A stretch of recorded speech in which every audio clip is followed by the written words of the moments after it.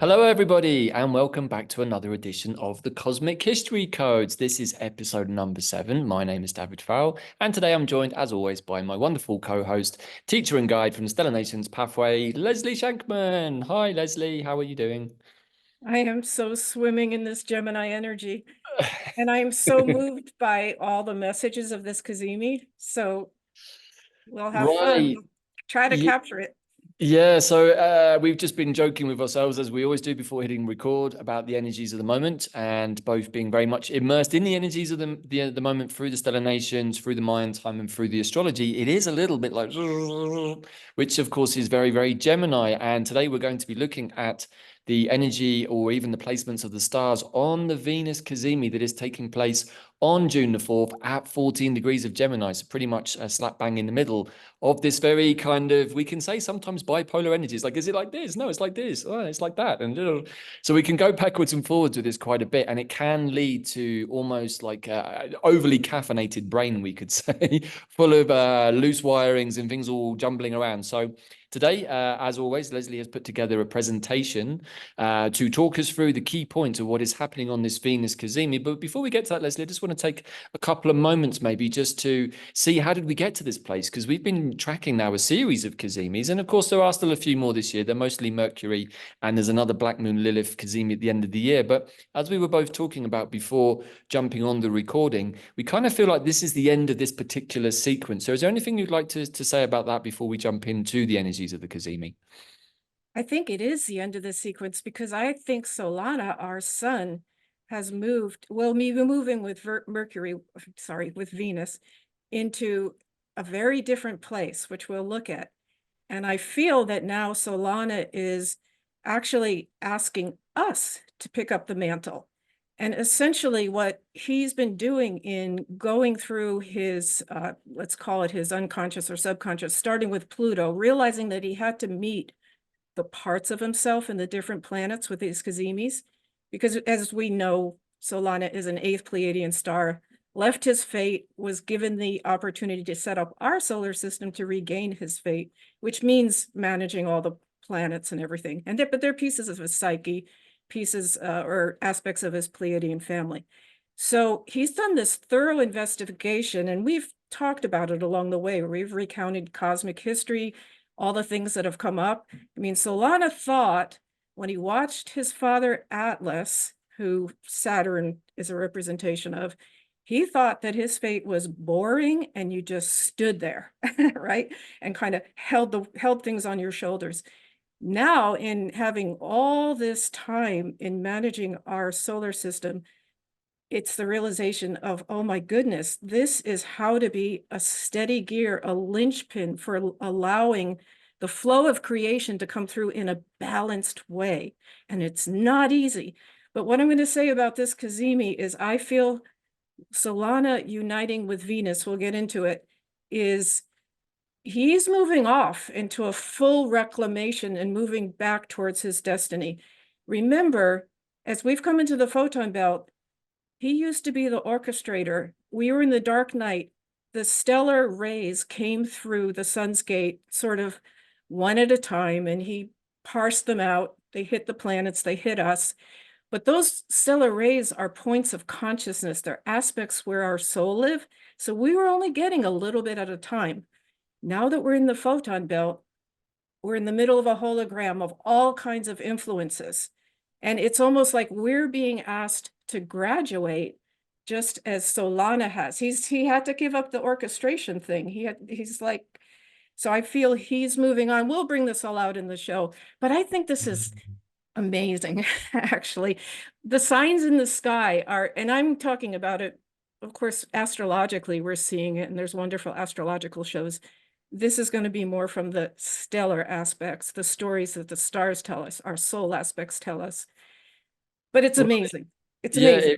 It really is. And, as we've said many times before, what we look at here with the stellar nations is different from the astrology. But what I like personally is the fact that the astrology points the way for the story that wants to come through Sure. from the stellar nations. Hence, like I said many moons ago, the blueprint behind the blueprint. But we do have this very expansive energy of Jupiter still at work in the mix generally. And I still feel that when we had that Jupiter Cazimi just a short while ago, it was almost like we stepped through a very, very big sun gate. And it's like, how to say, we're just taking the first few steps on the other side into a new world. It's almost like we're on the beach of a beautiful shore on a new paradise that we haven't really fully got the energy to go out and explore yet, because we're still a bit like, hey, I'm not really sure where I am, what happened here. Maybe it'd be a good idea to set up a base, maybe send out some scouting parties, feel into the terrain, thus the energy of what's around us, because it's different. And what I love about Venus, of course, is it gives us all of that beautiful heart energy. It gives us the energy of the goddess to be in that space, to explore from that space. And also, we still have, on the very same day, as I'm sure the chart's going to show later, Mercury is conjuncting Jupiter at 2 degrees of Gemini. And all of this is happening 2 days before a new moon in Gemini at 16 degrees, which will also be conjunct Venus. So it's very much about these differences of different ways of looking at things, we can say, but also about information coming to us. I think Gemini is very rapid, as you've already said, like information dissemination and processing. So I think that this is going to be a very pivotal moment, as indeed all of these Cazimis have been, Leslie. I don't think any one of the shows that we've done has been anything other than pivotal. And I think that's probably why myself and so many people watching these shows enjoy them. But the energy is very, very big. But I also think that it's setting us up for whatever comes next. And we don't really know what's coming next, do we? We sort of have an idea that the whole journey could take a different direction after this. But as you said, it's a bit like a graduation, or maybe it's a bit like leaving home even. It's like, okay, we just waved goodbye to mum and dad in the car, and we're, like we said, going off to university. And now we're going to get to stand on our own 2 feet and experience life in a new way. And I feel like Venus wants to give us some sort of gift to enter into that process more fully. Well, you just hit on, you haven't even heard what I'm going to say, but of course, you hit on it. So, but let's see how the stars want to tell us that. Yeah, It's so a that's beautiful story. right. And it's full of possibility. And you're right, we're at a new shore. But I really want to say one of the underlying messages is a new kind of mantle that we need to pick up as humans. And we'll get into it. Yeah, so I hope I haven't given too much of a spoiler. I was just feeling into the energies that as I'm feeling them right now. But as always, the Stellar Nation seems to back these things up. So hi, everybody. Davyd here again. Just wanted to take a quick opportunity whilst you're watching this amazing episode here of the Cosmic History Codes. Hope you're enjoying this material with myself and Leslie. And if you are, you might want to think about deep diving further into this material by exploring what it means for you over on quantumplanet.world, or QPW as we call it. Last year, we laid out an amazing 15-part pathway, which actually looks at all of the different nations of the Stellar Nations family, including the Holy Spirit and many, many other aspects. Now, if you look in the show notes, you will be able to see this. Also, the link is going to be here in this little timeout. And also just want to point towards this particular link, which will allow you to get your Antares codes. These codes actually look something a little bit like this. This is my Antares codes, full of notes. And I use this regularly when we're doing the shows with Leslie, but also when I'm plotting my own navigational charts, we can say, against my astrology and also the Mayan time, which is also something we look at on QPW. But if you're liking this material, you might want to see how it relates to you specifically. It's not as complicated as it looks. You don't need to be an expert in astrology to be able to understand it, but it will give you a very, very profound sense of your soul's journey and also the karma that you came in with. We call it the blueprint behind the blueprints. That's the cosmology behind the astrology. So please do check that out, and I hope you enjoy the rest of this Cosmic History Codes with myself and Leslie. See you again soon. Let's see what Leslie's prepared for us. Okay, I'm going to share the screen. Let's start the slideshow. Okay, sorry, it's always the case where oh, there we go. The controllers hide things. Okay. Don't you hate it when things get hidden from you? Yes. So now I see all these toolbars across here, but you don't, right? So we're good.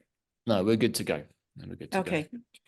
So I was moved to focalize all this around an idea that we're asked now to reclaim the sacred, because there's very specific stellar messages for us as humans.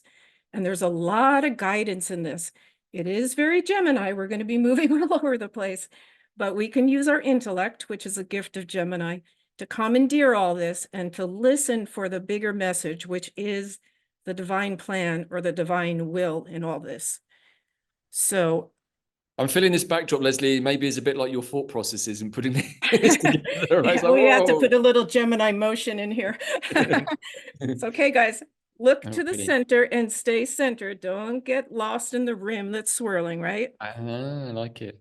Hey, of course, the great thing about Gemini is, Leslie, is that it gives us the opportunity to take two perspectives and to reserve the position on both of them. Say, hey, well, maybe that one and maybe this one. And that can be disorientating for people. But I think it also gives us some space in which to adjust our viewpoint sometimes, which I think is going to be very useful as we move forwards. Right. And it's also invites us into mastering duality, polarity, because we need those forces, but how do we use them? That's part of our upgrading, and that's part of what we're going to be asked to make more sacred with our realizations, but we'll get through it. So here we have the Venus Cazimi, and we literally have Venus coming together with the sun on June 4th.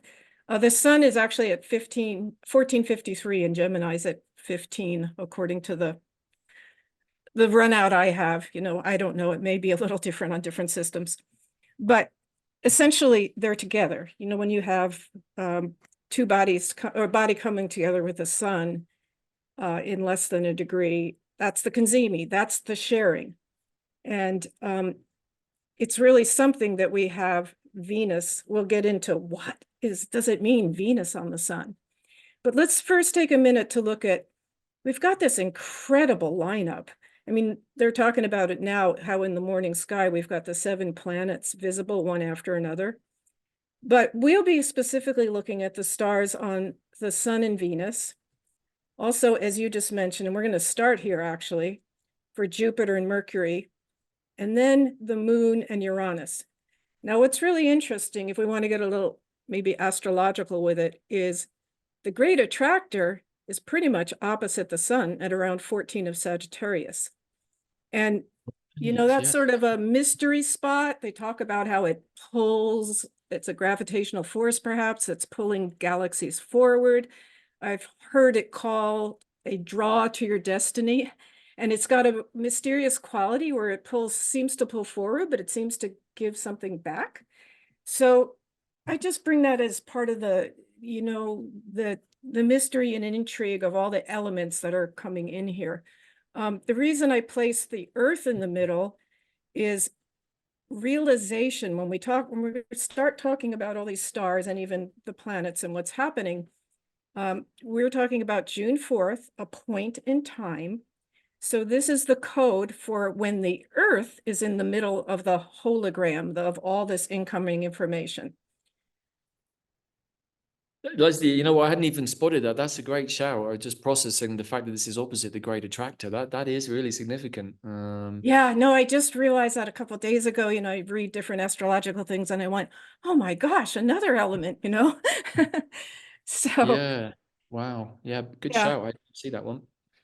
So I do want to start actually with Jupiter and Mercury. And you spoke about the impact of our Jupiter Cazimi.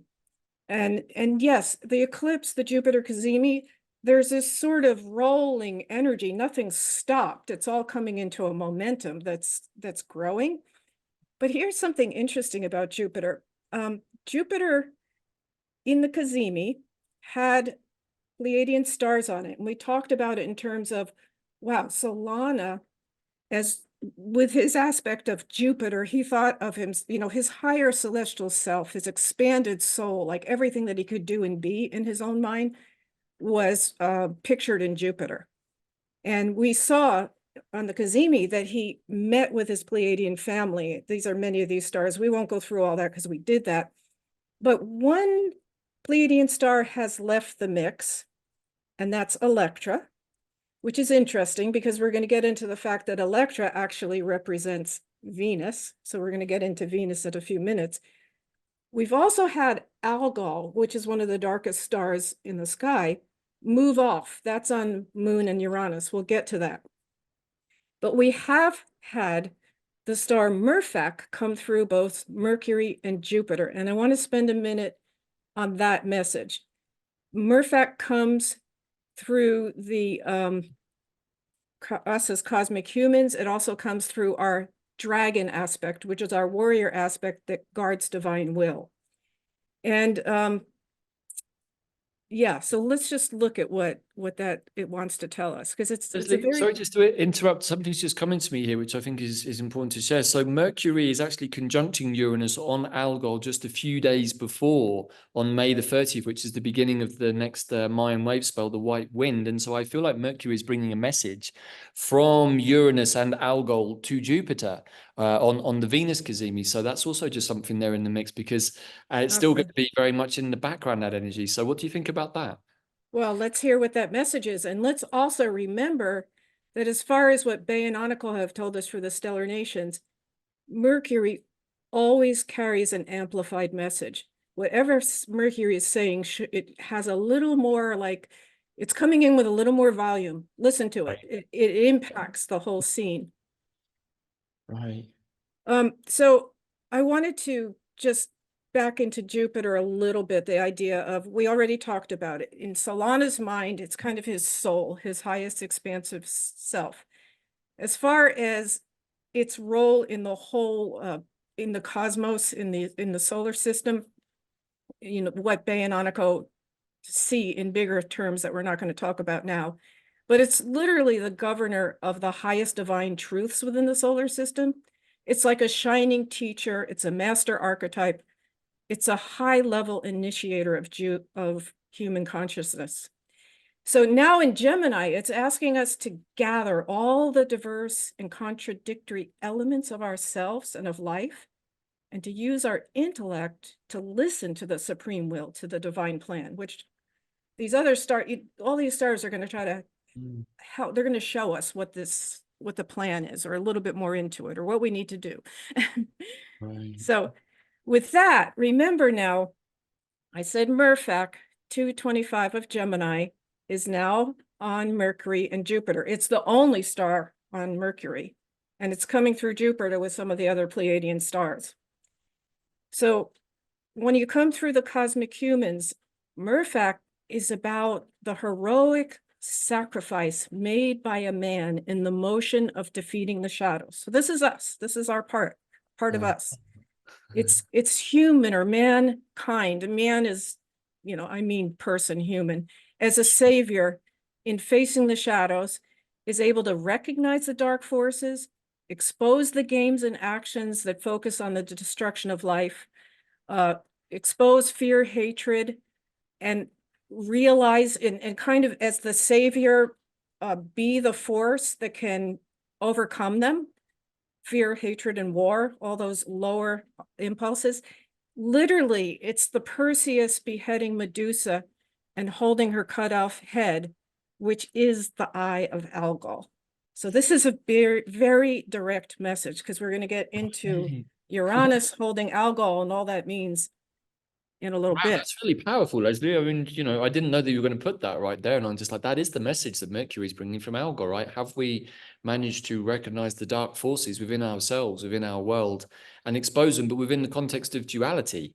And are we still being polarized by the actions? Because we are all one, and we're all, as me and Bella say, you do it to yourself, and that's what really hurts. And this is all of us collectively doing all of this together, right, to ourselves somehow. And I think that this is a really powerful message for humanity to start healing that sense of division. Well, it's that, and we're going to get to that, because that's what I mean by sanctifying or reclaiming the sacred, is that healing. Like, we don't need these lower vibrations. Wait a minute, what are we thinking? It's our re-identification with the higher notes of creation. But what this star is calling us on Jupiter and Mercury, you, human, have the power to be the savior. You can face these dark shadows. So it's also coming through the Dragon Nation. Mirfak is the place of the hero's conscious. And this is now coming through Jupiter too. In other words, Mirfak is only on Mercury, but it's also on Jupiter. Jupiter has a whole other things. But literally, Mirfak is the one message through Mercury, is what I'm trying to say. Okay. I get it.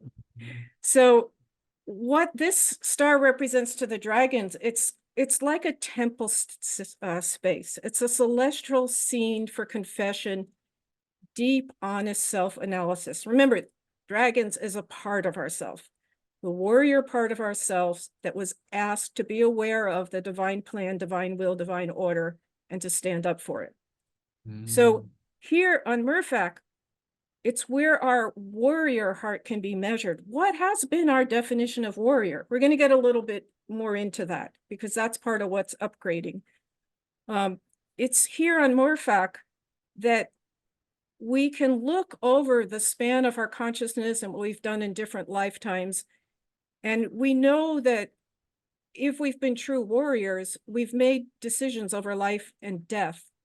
But have they truly served divine will? There may have been times in different lives where we have served divine will with being a warrior.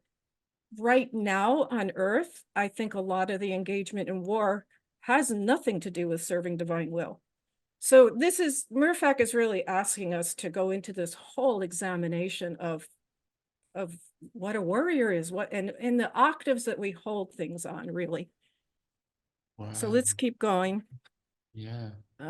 Now let's get to the sun and to Venus. And there's 3 stars. They both have the same exact stars because they're pretty much together. And we're going to go over each of those stars because those tell us a real story about the sun and Venus. And they're kind of prompting why I say I feel like the sun is moving into his destiny and kind of saying to us, I'm your model, you move into your destiny, and you need to take responsibility for doing it now, just like I'm taking responsibility for moving forward. But this joining with Venus and these stars give us a real sort of idea of something. So, and I'm going to suggest actually that the joining with Venus and the sun is literally bringing back to us on some level the sanctity of the god and the goddess. You know, we haven't really had that in our lexicon for the very long. I mean, when we saw cosmic history, when the great feline was expelled from the galaxy, the whole Milky Way galaxy, or the solar system, maybe the Milky Way galaxy, tilted yang. I think it was the whole galaxy. But here I'm suggesting we have this purity of the truth of the god and the goddess, which were made by the creator as equal and complementarity. They're literally the call and response of the heart, the love dub of the heart. You know, you can't have one without the other. And I'm saying the sun coming back with Venus now is bringing this kind of energetic back into the mix. Leslie, could we say that's the balancing of the male and the female serpent energies now, with the goddess more returned into this realm, and the healing of all of that situation? Is that where you feel that this is kind of coming to? Yeah, we're going to be getting into that. But what I want to say is everything that I bring forth here. Okay, so this is coming in, but remember, it's our responsibility to pick up the mantle. It's our responsibility to use I'm going to call it our Gemini intellect. It's our discernment to see this and then use our warrior's heart to make a decision. We'll be getting more into that. Yeah. Beautiful. Okay, so we've got, interesting, I said, Electra moved off of Jupiter. Okay, it's not there anymore. We remember that Electra was the personification of, Venus was the personification of Electra in Solana's mind. And he saw his sister as, you know, a beautiful feminine being. Because in truth, Electra, before she was despoiled, had unlimited openness, unhindered imagined desires. She was wild and passionate like a lava flow. She could get lost in the magic of the moment with the softness of a kitten. And it never occurred to her that anyone or anything could overcome light and cause her harm in any way. This is the definition of innocence. Mhm. So, I mean, Solana understood that about his sister. Now, when he saw himself as Mars, which is a little bit of his ego prototype, he also saw Electra as the beautiful complementarity, Venus to Mars, which has nothing to do with him crossing lines with his sister. It's just that whole understanding in the different parts of Solana or in the different parts of ourselves, understanding the masculine and feminine. But here we have Electra as this purity. Now we know from the cosmic history that the dragon leader got seduced and overcome, drunk with power, and moved into a shadow alliance, actually merged with the fallen angel on the star bungalow, which is actually opposite Electra on 29 of Taurus, that the over-sexualized forces of the new hybrid creature that was the dragon and the angel, a satanic type force, had many powers, but couldn't traverse the higher dimensions anymore because they had lowered their octave with this. So what they did is they cast out tantric nets. They literally captured Electra, this innocence. This innocence didn't know what they were getting into when they saw this beguiling, strong, masculine force come. And we've got the total fall of Electra because she was used then, her light body was used to travel into the higher realms, used against her will, captured with energy locks around her pelvis and all that. We've talked about that. Not nice. It's a pattern that's been solved in the Pleiades, not always on Earth. The star itself is cleansed. The Pleiades are all now cities of light. They've all been through the dark night and their realizations, and they're here as instructors for us. Pieces of our soul may be on the Pleiades. We may have teachers or friends who very strongly come with a mission from the Pleiades, because when the alien influences were cleansed from Electra, she was often reborn in people on Earth as a teacher. Founders of mystery schools, the tantric priestesses, the cave sanctuaries in Egypt, India, Greece, Bali, South America, Celtic cultures. And she taught the art of forming a harmonious relationship with our body. She taught the spiritual greatness that can be experienced through the body. She taught the secrets of connecting, taught sacred union. So, that's why I'm saying God and Goddess with our sun and Venus. And lotus is a symbol of Electra because it grows out of the dark from the swamp, the absolute mud, into a chalice of radiating beauty. And this is also what we're asked to be picking up. I mean, yes, we're going to encounter shadows, perhaps. Still, I mean, this isn't like a cleansing of all that. This is a call to awareness for us, all these stellar messages. Humans, here you are. Now it's your turn to do this. You can do this. This is what we need to do. That's what I mean by navigational guidance. So the first star. Can I just add something there, which I've just realized as well, is that when we had the full moon back on the 23rd of May, Venus conjuncted Jupiter at 29 degrees, 23 minutes of Taurus. And so it was kind of like Venus was giving this kiss to Electra, we can say, with that Jupiter. And that was on a full moon that was at 2 degrees of Sagittarius. So that would have been opposing the 2 degrees of Gemini, that this now Venus Cazimi is happening. So I feel like in many ways we got to see that final, I called it a blessing or a kiss or a Venusian kiss, a cleansing, but I didn't realize it was on Electra as well. So it feels like maybe that was the culmination point more visibly in our three-dimensional realm through the astrology and the stellarations of everything that you've just talked about, which I think is beautiful. And now Venus is going to go through that death and rebirth process.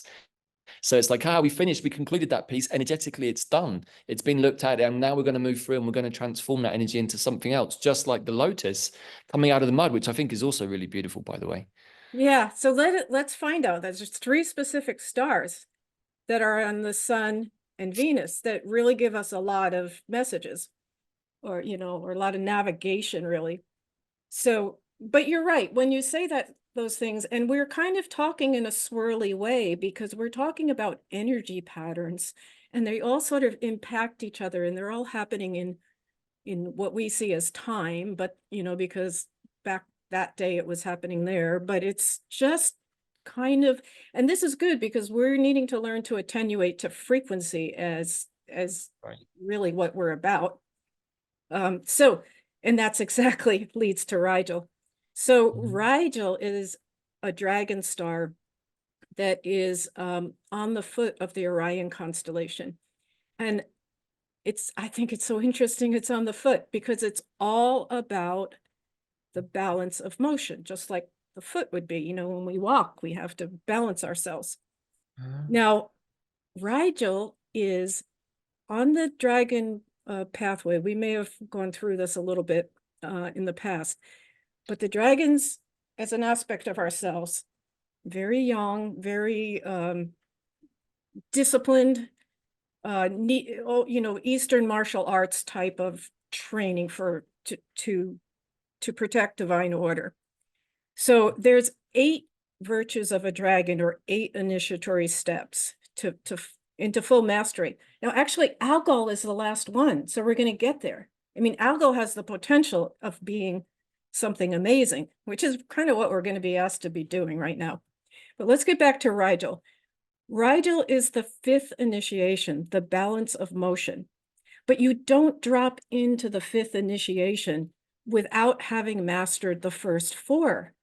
And those are the balance of the 4 elements.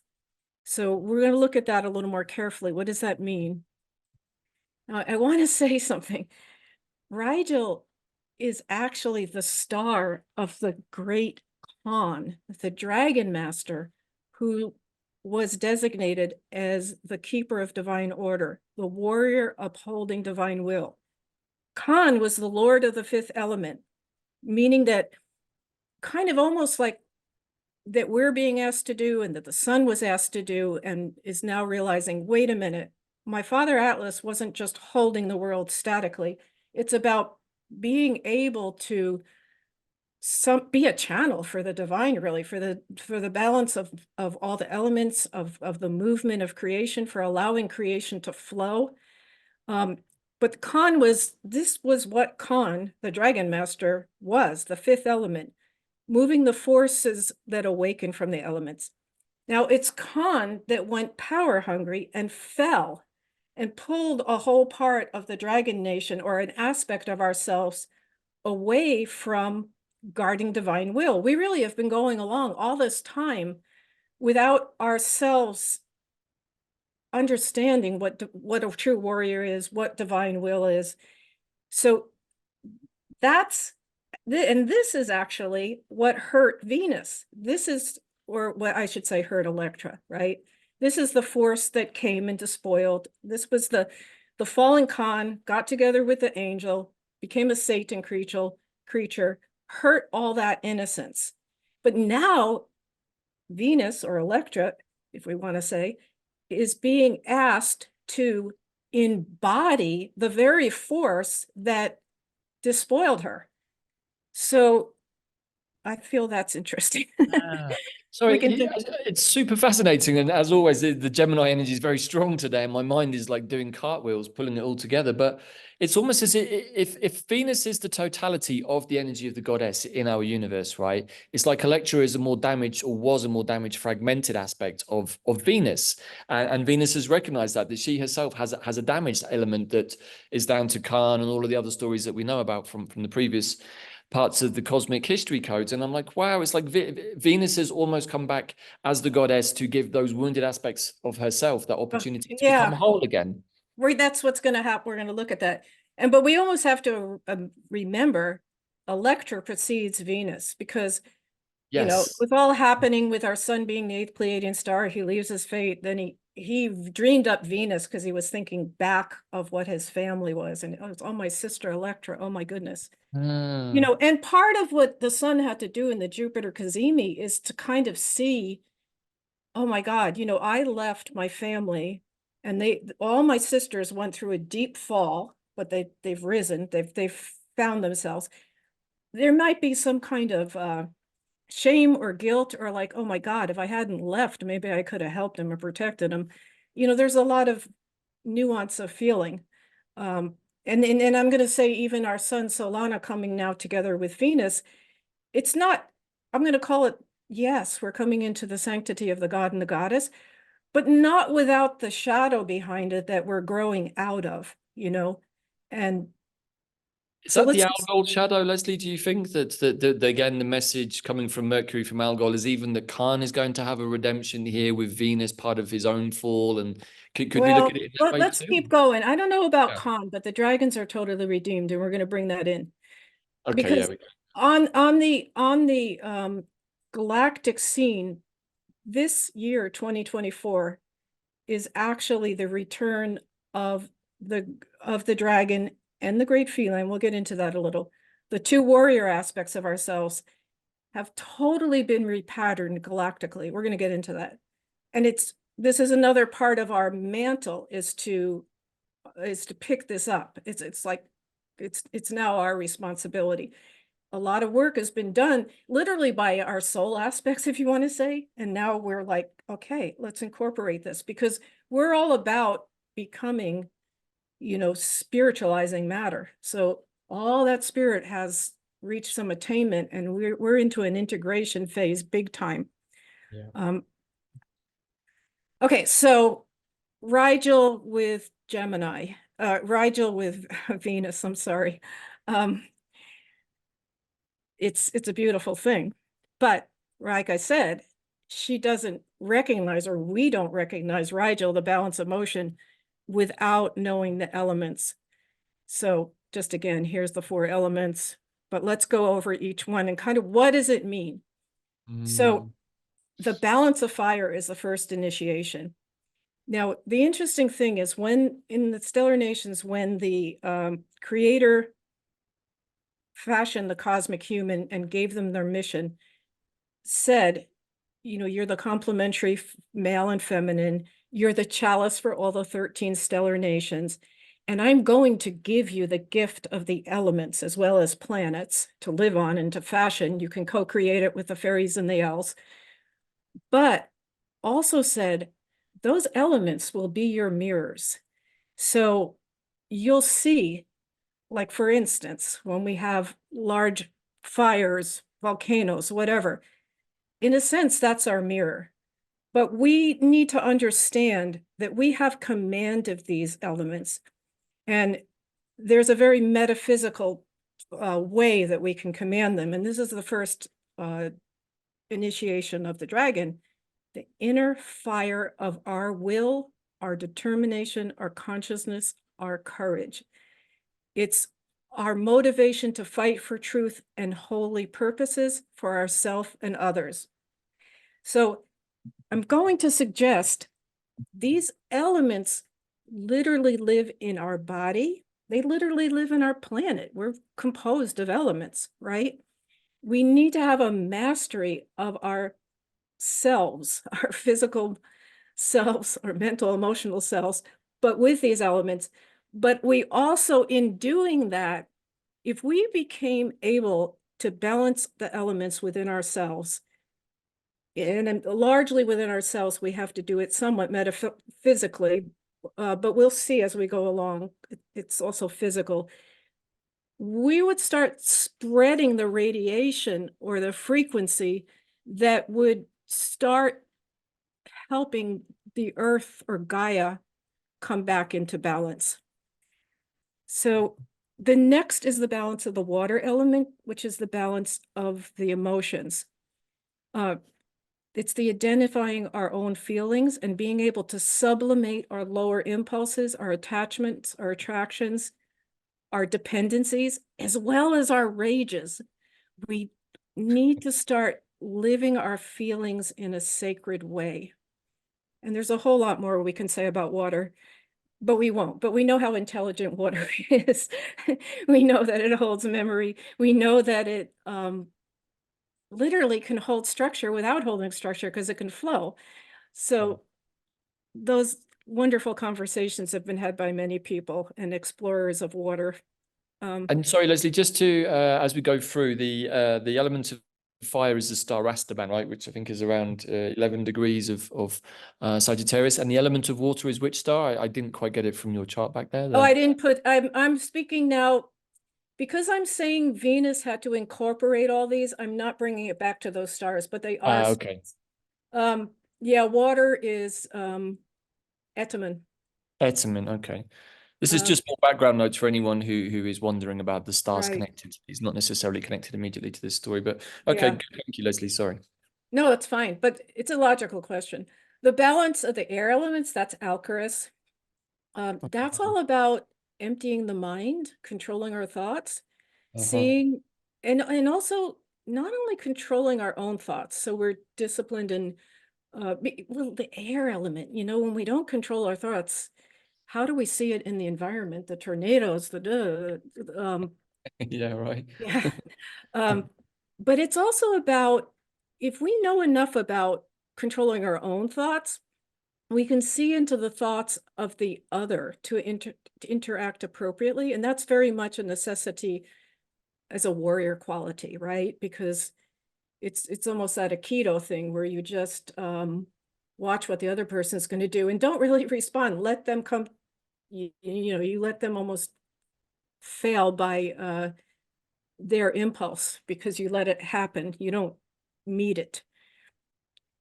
Right. And of course, this is very Gemini too, right? It's an air sign. And, you know, when the thoughts are out of control, it can be very, you don't know which way to look or to feel. But if the air element is in balance, you're able to see the paradox of something being either or, not being either or, but being both rather. And I think that that's the elevation of the air element or the master element. Right. And yes. And we'll get into that. It actually comes up a little bit. We also need the balance of the earth element. So that's literally learning the wisdom of the earth, Gaia, but it's also within our own body, learning the perfect and unhindered moving of the forces inside our body, how to move our own chi and be control of our body forces. We can do that. You know, I think what strikes me as sort of poignant here with this whole idea of Venus being on Rigel and needing to incorporate these elements and saying basically that if she's holding Rigel and the sun's holding Rigel, there's some awareness and mastery of this. But we as humans now, we're definitely like at a choice point. We've known this for quite a while, but you know, as the technology gets more and more ramped up and tries to start creating our reality for us, I mean, it's happening all the time now that, you know, on the screen. Can I do that for you? Can I finish that sentence? It's really about no.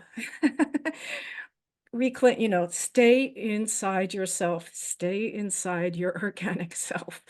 Or if you're going to use those things, use them from this basis, right? From this command. And that's what Rigel is. That's the command of all these natural forces. And our Beautiful body image is, too. I love that picture you used there, Leslie. It was really cool, the last one. which one?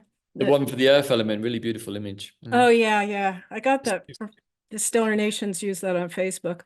Ah. Okay, so I just mentioned before from what you brought up, there is a new energetic galactic level warrior pattern coming in this year, 2024. I've done some separate YouTubes on that through Stellar Nations. But we literally have, remember, the dragons were the warrior part of ourselves asked to guard divine will, divine order. The great felines that got pushed out were asked to guard our free will, our sovereignty. Both of these forces are healed patterns coming back in. What happened with the dragons, interestingly, it's not like Khan's been resurrected. I mean, Khan's been really on a rampage, to be honest with you, trying to reclaim any piece of any being that he's stamped in the past, because it's kind of a desperate feeling about keeping his control matrix, his dark alliance. It's just not really in line with the way evolution is going, although there's an element of it trying to keep it reined in. But what's happened in the Dragon Nation, there's 2 dragon masters now. One came totally through the pathway of the seventh initiation, which is mercy on Thuban, needing to accept mercy and surrender into all the mistakes made by following the commander, and just to become whole that way. The other is a complete mastery of the star Vega, which is where Khan really went crazy, because that's the initiation into power. And he just didn't pass it. He felt power was force, and that the creator made a mistake because he had all these wonderful control of the elements. He had a big, strong body, and he didn't understand that power was about letting the creator come through, and he was to guard that. But the new Dragon Master, there's two of them now, which I think is great. The new Dragon Master has mastered the use of power, the right use of power to guard divine will. And it was a constant process on the galactic levels to refine this warrior pattern. It was using the sparring that is incited by duality. Like if we're just in duality and we go back and forth, we don't get anywhere. We're very aware of that, the extremes of polarization. But if instead you change your emphasis and you use it like, wait a minute, that force that I'm seeing is something that I can use to build my own self-mastery. Like this is a challenge to me, but instead of like trying to punch it back, it's like, what do I need to become to be greater than that? And it's also, it's almost like you start eating the shadows. You use the shadow forces as a nutritive. And that starts to turn the whole dynamic into the next law of polarity that exists on the fifth and sixth dimension, which is where the increasing light decreases the shadow. I mean, you need the catalytical force, so there's nothing wrong with the shadow per se. But in the third dimension, when we just keep going back and forth, that's about all we're going to get.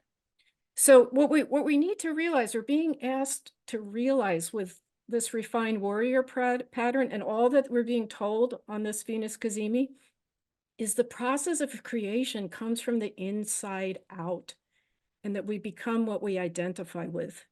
So I'm just sprinkling the little messages here. There's a bunch of them. With Leslie, do you think we could use the word sparring as another way to describe catalyzing the polarizing energies? Because it's almost like a sparring, isn't it? A back and forth. It's like, hey, you think this, I think this. Is da da da. In the old days, the old paradigm was I'm right, you're wrong. However, if we get more into a constructive sparring or debating and say, hey, we've got two different viewpoints here. Maybe they're both valid.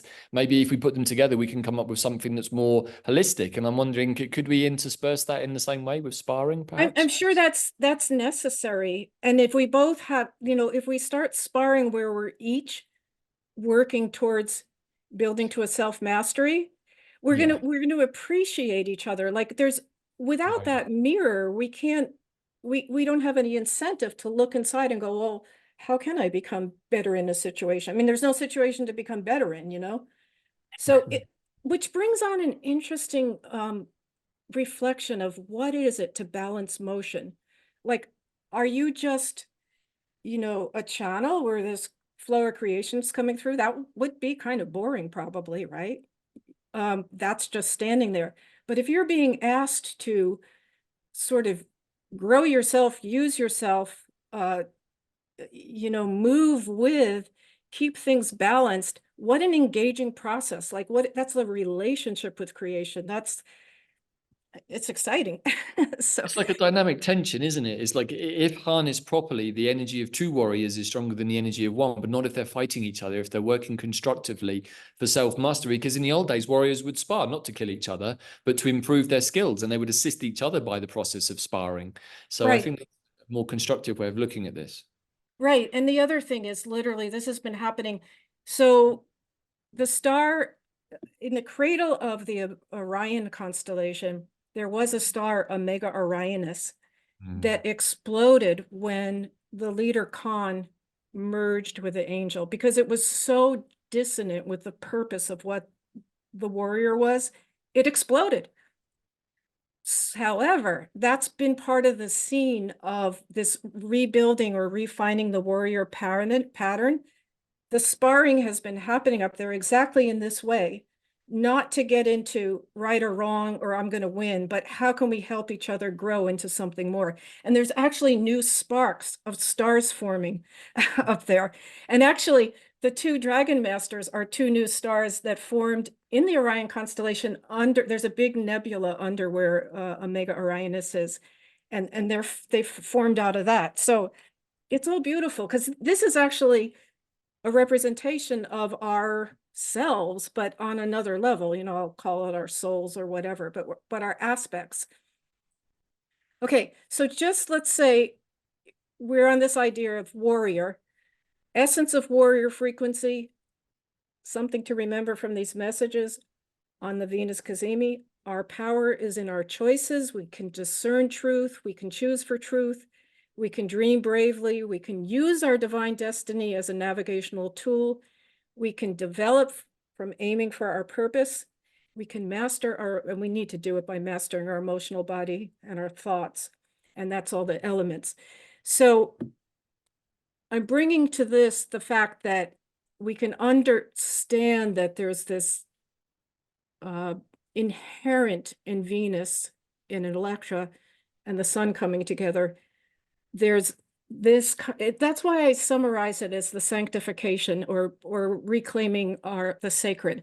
But in the end, there's about 6 or 7 things we're trying to bring up, 6 or 7 patterns. This is one of them. The feminine and the masculine, God and goddess. The warrior is one. Okay, let's keep going. Mm-hmm. Right, the other star on Venus and on the sun is the star Cursa. We'll look at it in a minute. Cursa is up here at the mouth of the Eridanus River. It's a whole flowing river of stars. It's known as the river of initiation. It's like a life path. Many of the male serpent stars are along here. And what does Cursa mean? It's at 1537 of Gemini. What it means, whatever planet it's on in our own code, or here now on Venus on the 4th of June, it's saying there's a great initiation that awaits related to the planetary conjunction. So everything we just talked about with Venus, you know, we're being asked for this. So the revelations can happen with Cursa that can substantially transform, because the idea of initiation means receiving some kind of knowledge as an inner experience in this area of our life. Now I'm going to say in Venus, and we just talked about Venus needing to be the embodiment of all those elements. Now we can expect trials in this subject so we can find the answer. So it's not like, oh, Venus Cazimi, we're all going to be there necessarily, but we can go in with awareness. That's why we're looking at this now. Suddenly though, these trials will catalyze an experience of enrapturement, and we're going to get recognitions. We're going to transform. And our transformation is going to mean more than the answers that we think we've been looking for. So the other star is an arthropod star, and it's an arthropod star that is not being used properly. So just to give a little background, the arthropod nation part of ourselves has the web going through every created thing. The energy of what creation is doing, the information is running through the web, goes to the creator so the creator can respond. There are certain stars that are transfer stations for this information. With the Shadow Alliance and the big fall of some of these nations, the arthropods have taken over some stars that are transfer stations and use them improperly. So they get information and they turn it around. They turn it around and put it back through as mind manipulation, different tricks from the astral level. It's not nice, but we see it in our in our reality. I think it's good and interesting that it's here because it's part of the awareness of the sun and Venus.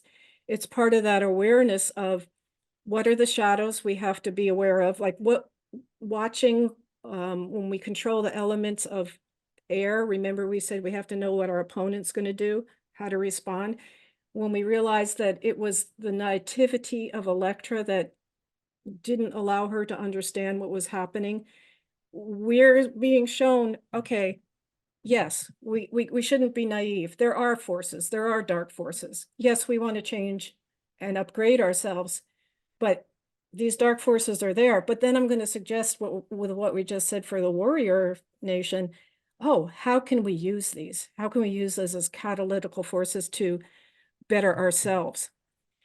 So, So Leslie, just on that note there, sorry, I think this is a really important point, and I noticed you didn't try to pronounce the second part of that stuff. no, I'm not going to do that, right? Camelo, something or other.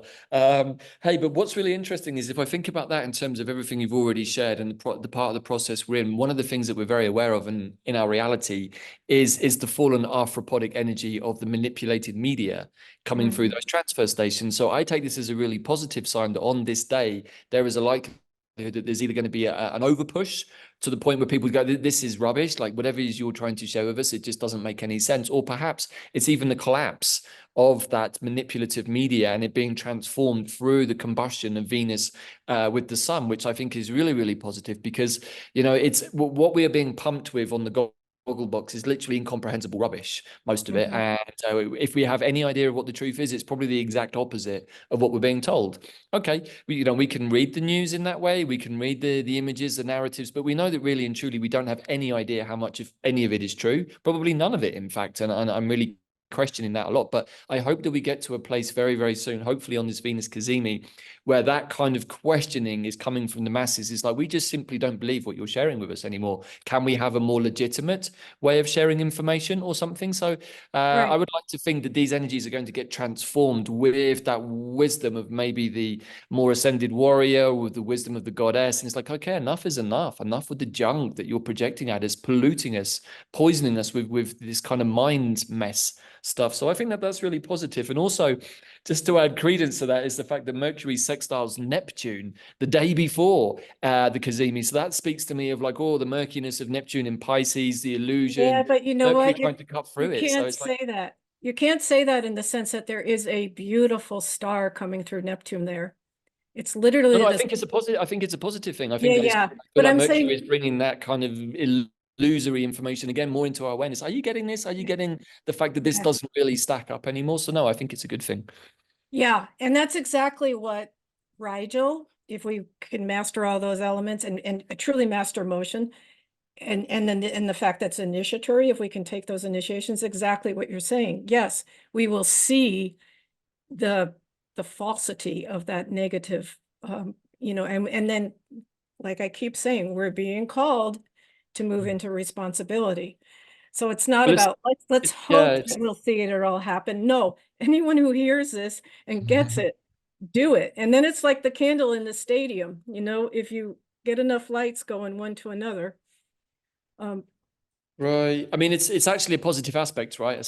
A sextile. So I think that it's again adding to that energy of revelation. Maybe I do get a lot of very strong sense of disclosure, Leslie, around this particular Venus Cazimi, but also the wave spell we're in of the white wind with the Mayan Yeah, time no, is also I'm about sure you're communication. right. So Yeah, I'm sure you're right. And that's how all the Gemini energy and the air wishing in. I mean, we don't even know when or what we're going to do if we do another show on stellar influences. Well, we will at some point, but we're not going to do Cazimis because they're going to, this is kind of a culmination on the Cazimi energy.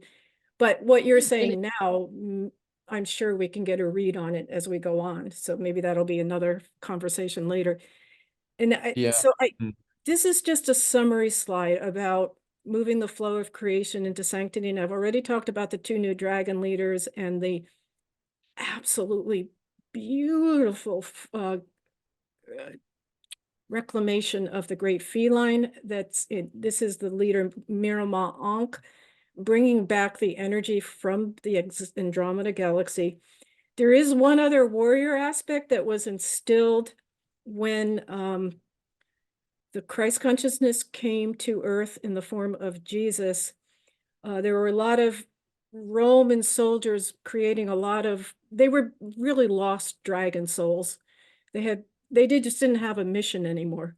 But their hearts wanted to guard creation. They just didn't have a way, everything was debauchery in the Roman times. But actually Christ contacted some of these people. He put a frequency out where there can be a warrior aspect to guard the temple, and the temple is the heart, because the heart is the portal to the fifth, sixth, to Christ consciousness, to the non-polarized, well, they're polarized, but non-dualized levels where you just don't act the same way, where we get a new earth, we get a new consciousness. So there was a whole strain of warrior that came into being then, and it's standing up for this whole idea of Christ consciousness, or for the heart. So it's warriors of the light, warriors of the heart. I think the whole aspect to the Romans and the coming of the Christ consciousness in that period is very interesting when we put it through the stellar nations filter, particularly the male serpent and the bear nation. And we can see that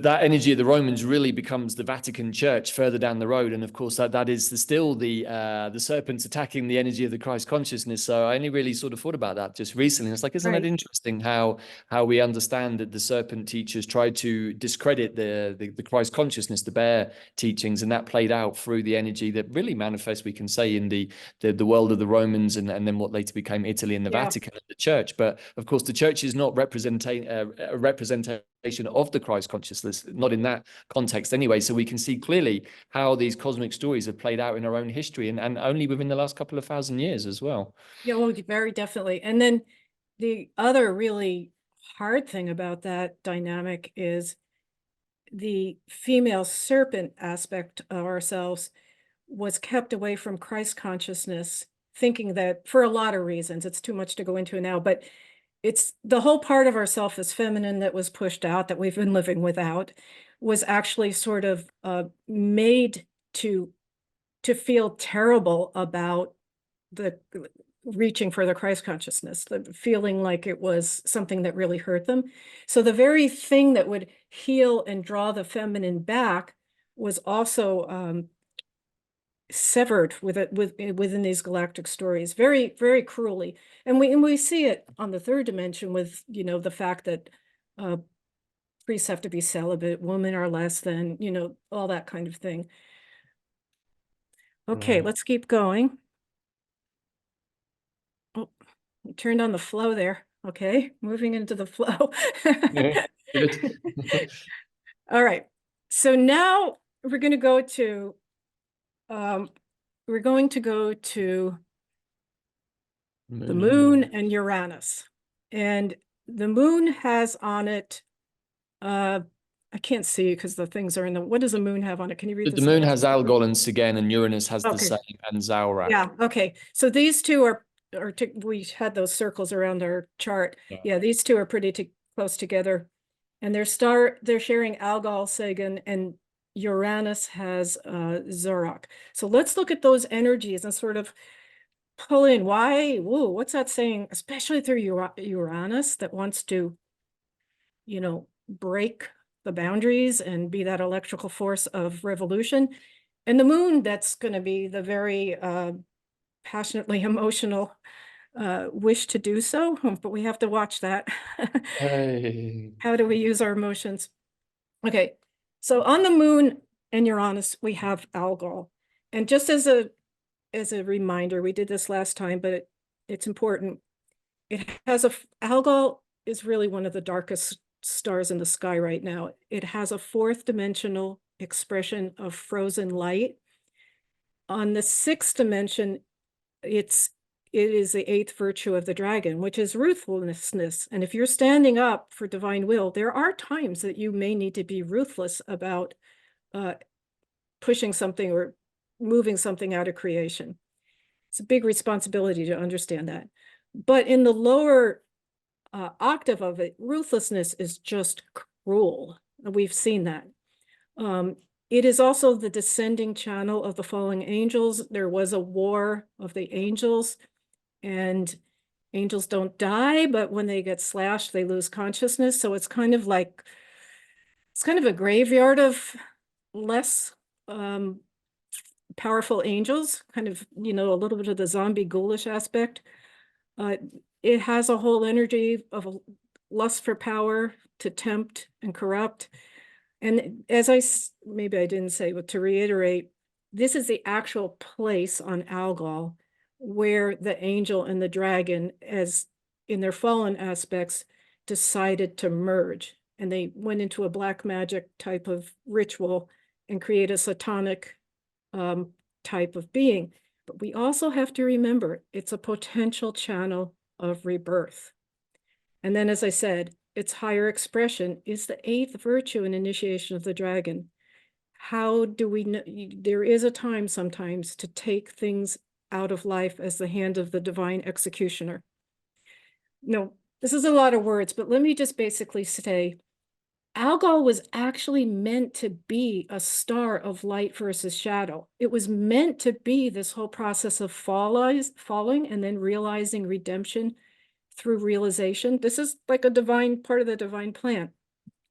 And there was Bait and Kados, which is also out now. It's been out for a long time. It was on the Chiron Cazimi in the eclipse, which is the inner chamber of mirrors, where it's a galactic retribution center.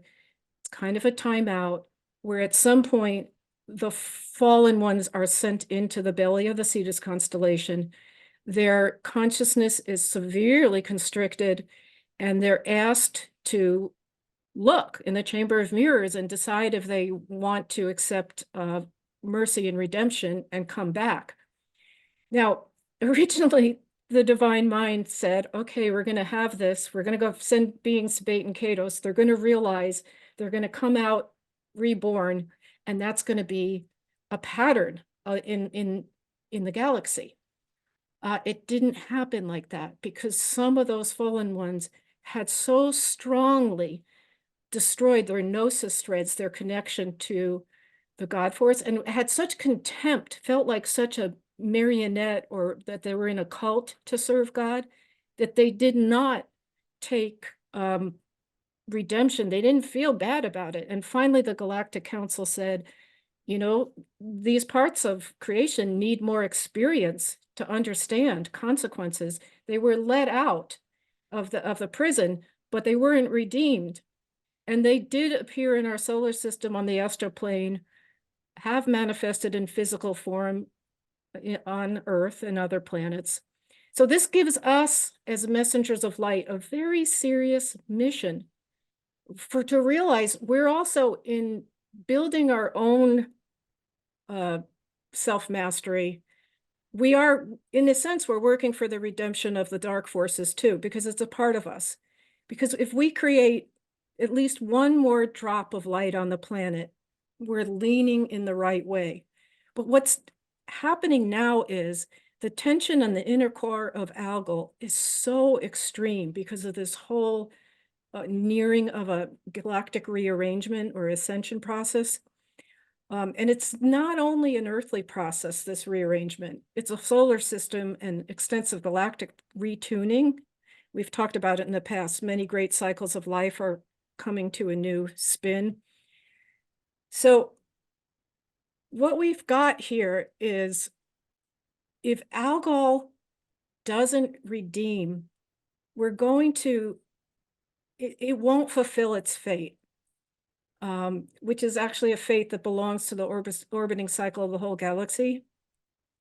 It won't experience the ecstasy of turning into the light.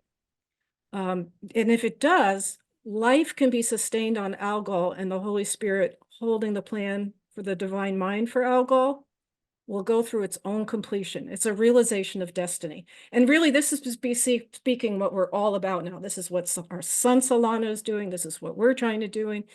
But we actually have this relationship with Algol in a sense. And we heard, remember, from Mercury and from Jupiter, Mirfak, you humans can do this. You can be the saviors. You can see the shadow. But if this doesn't happen, if we can't redeem Algol, the destiny becomes a fatality and there's like a final judgment process, and Algol will basically be destroyed. It doesn't mean that the galactic rearrangement won't happen necessarily, but it's like a big kind of weight or mark or marring. It's just not going to be the same energetically if we can't redeem Algol. So So we're you know what? really, Sorry, go Leslie, go ahead. on. I was just going to say, what's really interesting is that I feel we're in the Algol moment, that this is the Algol moment. The Venus Cazimi is almost the deciding point. And what's really interesting is today is May the 29th. Which is also a day that Mars conjuncts Chiron on Beta and Catos. And then tomorrow, May the 30th, is when Mars conjuncts Uranus on Algol. So I'm like, the two things are conjoined here, which is really interesting for me. And it's like the energy of all of this is being brought forwards from the prison of Beta and Catos to the possible redemption of Algol. And then boom, we've got this Venus Cazimi that's allowing the whole process to say, hey, if we've got all of this down, we can move forwards now in a new way. So I personally believe that we're absolutely in this moment of final judgment right now. Now, you might disagree with me, other people might, but that's how it feels to me in my body medicine. It's like, hey, this is it. We're in it right now. And it may take some time to unfold into the 3D. Yeah. And Yeah. you know, many other things, but I feel positive about this. I really do feel positive, but it doesn't mean that we can sit back, and we have to have some active personal dynamic interaction with these forces for us, for it to be a truth for us. And if we do that collectively, then it will be a collective truth. Yeah, because we're actually have to realize our choices on Earth can help reflect back and redeem Algol. I mean, that's the truth of any star. These stars are points of consciousness that are pieces of our aspects of our soul. They're giving us information, but anything we especially do in this third density that is kind of triumphant moves back and evolves that soul aspect. And what we're talking about is our own larger light body as individuals, but as our collective, a light body that's being developed, almost like a light body perhaps for the mind of the creator to move. You know, the creator's inert, but if there's some kind of new co-joined light body formed, maybe the creation itself will have a different level of expression, and maybe that's part of the evolutionary. Right. And to bring in another thread on this, and I know I've mentioned it a few times today, but it to me feels very relevant, is it the Mercury conjunction Uranus on Algol on May the 30th, i.e. tomorrow from this recording, is also the beginning of the white wind, which is a refinement white glyph in the Mayan. It's also a galactic portal with the kin 222. So it's like we can communicate with the center of the universe, with the energy of the goddess through the 222, but also really when we think about the energy of the refinement of the white wind glyph, it's about talking to spirit.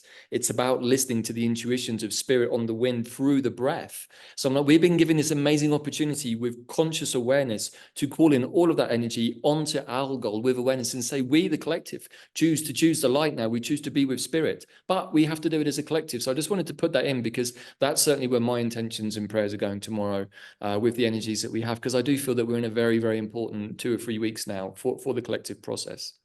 We are, and the fact I think that it's on Uranus very much complements what you're saying. Yes, it's going to be that kind of a could be a bursting type of energy, or maybe it will take time to play out, but the realization may come upon us in some way. But there's another warning sign here coming through Uranus. We have the star Zorak, which is one of the, it's on the Eridanus River there, the pathway of initiations. And it's largely a sign of where the male serpents did not pass the initiation.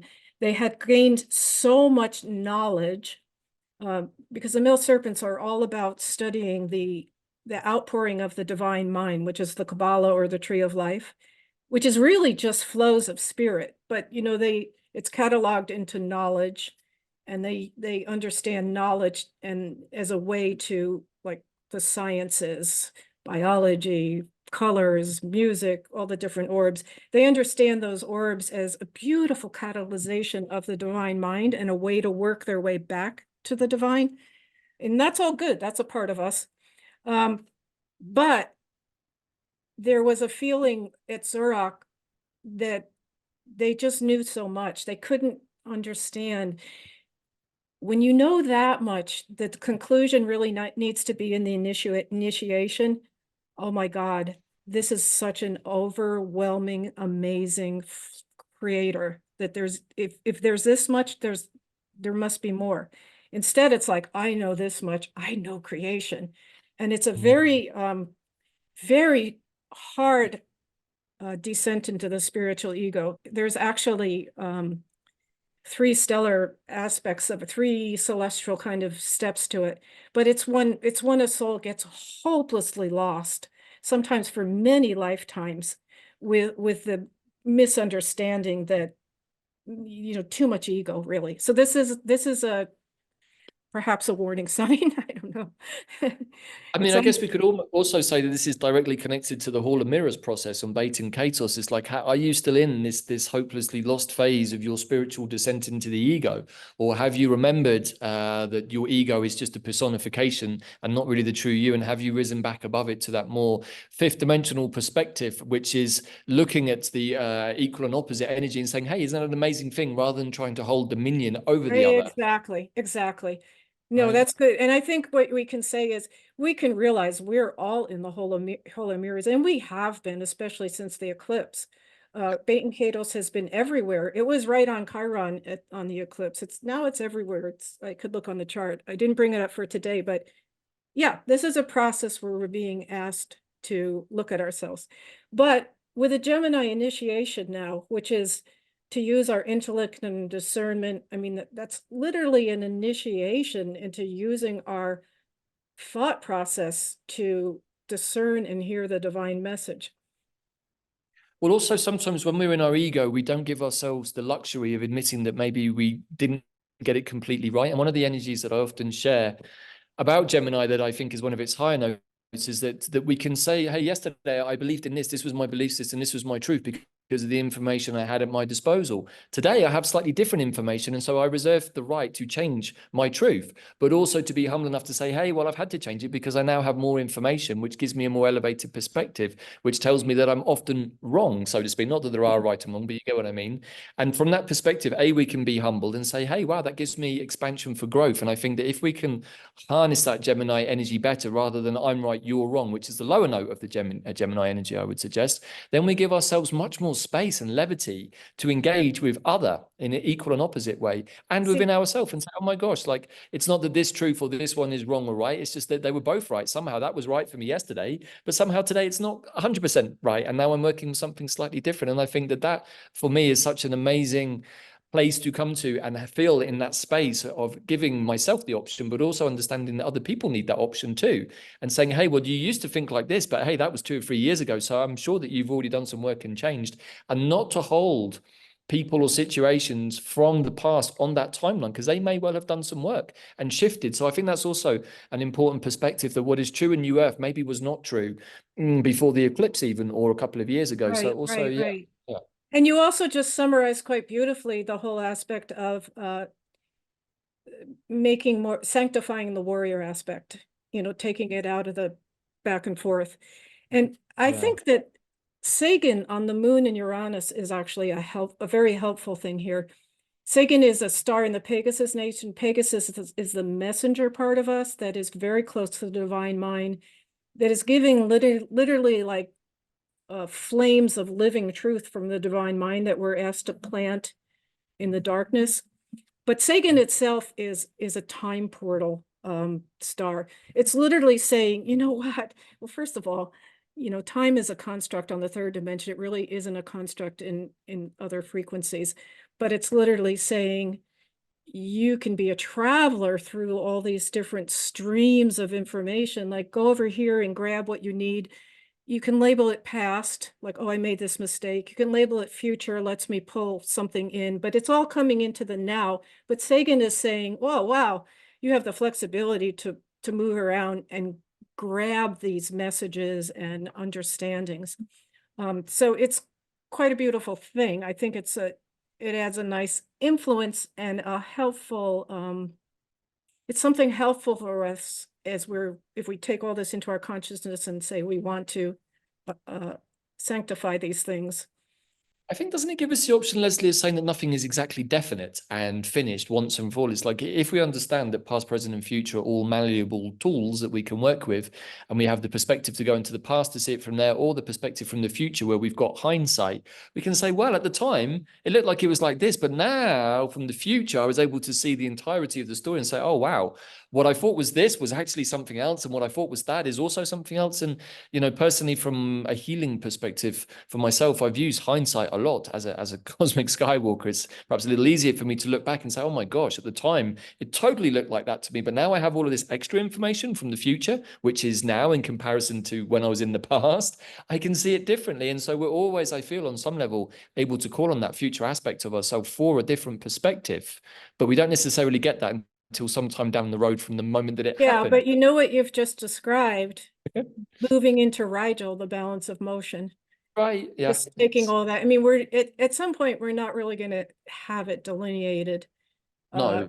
But yeah, and my cat's going crazy on this message. Her paws are going like this. I She's guess the going. key, what I'm trying to share here is also flexibility, everybody, is give yourself the option of flexibility, give yourself the option of choice. Do not pigeonhole yourself into one perspective, because that's very, very narrow and often sets you in conflict with yourself, perhaps, but definitely the world around you. And in See, the you're end, just going back to that slide on warrior to being the discerner of choice.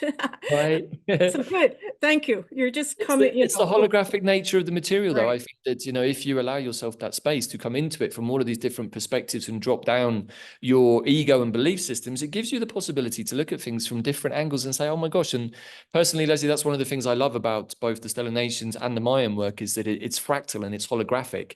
And so it doesn't matter which angle you come in at it from, it's still coherent and still makes sense. And I love Right. that, because it helps me to be Right. coherent in myself with my And own. that's how we're learning to move into being fifth dimensional, which is this balance of motion, right? Because it's just Right.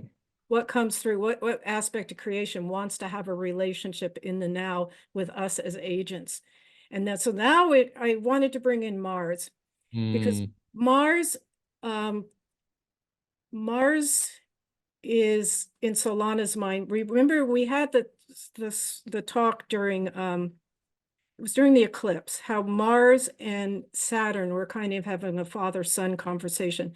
Mars, we were saying, you know, it's a little bit more like the ego aspect of the male. It's a little bit more of the yang that could mature a little bit. And it was poignantly sitting with Saturn on the eclipse, and there were certain messages about initiation.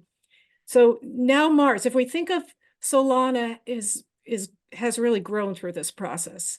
And we think of Mars being an ego aspect, but we talk about, you've just said it several times in some of your commentary, the ego coming into a new use. You know, it becomes the scaffolding for us to run the divine, but it isn't our identity. It's beautiful what Mars is bringing in. It's bringing in the Andromeda Galaxy and Mirfak. So I'll show you why I think that's beautiful.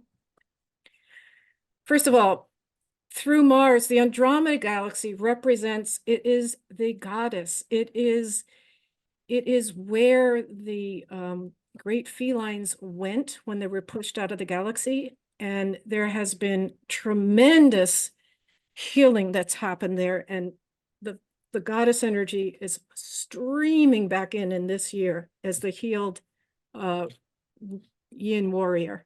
And I mentioned their leader is Myanmar Ankh. I have a video on that.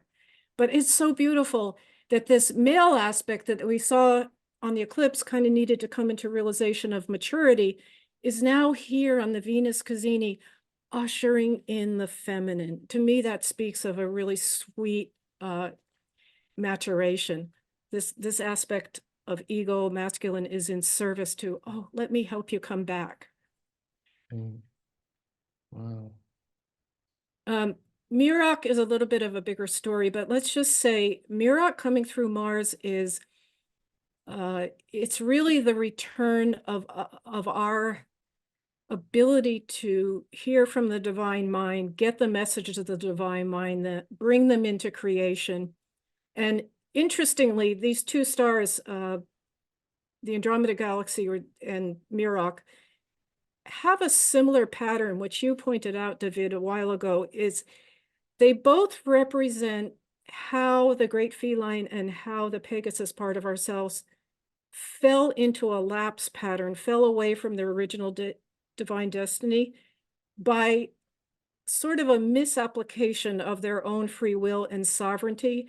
But it wasn't a mean-spirited one. It wasn't like where the dragons got power hungry or the male serpents, it turned dark and shadow. This was kind of like the innocence of wanting something, but not wanting it appropriately. And there was a great fall. So the fact that they're both coming back now on Mars, which kind of represents the ego, but let's call it the maturation of the ego here, it's just a beautiful statement. Yeah, I mean, we've talked about these two before. They're both very personal for me, both Andromeda and Mirfak. And from my own perspective, it feels like those falls from the Pegasus and the felines were where, like you say, they were more born out of naivety. There is a naive quality to the Pegasus energy sometimes. It is very warm-hearted, the same as the cat, but sometimes does not quite see the entirety of the picture, and also doesn't have the guile and the slyness perhaps of the serpents. And so when it encountered some of those more errant energies in the same way the cats did, they got tricked a little bit because of the naivety and because of the open-heartedness, which again I think in many ways is an aspect of the goddess too, and how all of that happened. And so when I see Mars crossing both Andromeda Galaxy and Mirror, I feel like this is, for those of us that have those codes, it's like Mars is saying, hey, I feel like it's time to heal those. We've moved beyond the point of the naivety. We see the picture more clearly. We understand why our plan for sovereignty, because that's how I understand both of those falls. It was a desire for self-sovereignty, not to have one power over another, but for self-sovereignty, which was not a bad ideal, but it was at the wrong moment. We hadn't done enough development or maturation. And Mars is now saying, hey, we can come to this point right before this Venus Cazimi. I mean, Mars enters Taurus just a few days after the Cazimi. So right on the Cazimi, this energy is going to be fully activated by Mars. So I think it kind of loops back very much to when Mars conjuncted Saturn on Hammam on the April 8th eclipse. It's like Mars is now all the way around here at the end of Aries, finishing off. It's been quite a long... Yeah, it's interesting. Saturn sat still kind of. I mean, it hasn't moved much, obviously, but no, but Mars has been that kind of, he's been on his own initiation, hasn't he? Like, moving through Pisces and then rediscovering himself in Aries, his home sign, and coming perhaps even from a Mars point of view to a more mature sense of his own energy. Because Mars can be a little unruly sometimes, particularly in Aries. No, that's the point. No, this is a maturation and we're called into it. Our Mars is called into this. Now, let's go back to Saturn, right? Who we said at that eclipse point when they were together was kind of the representation of the matured yang energy. We've taken it like Solana took his father.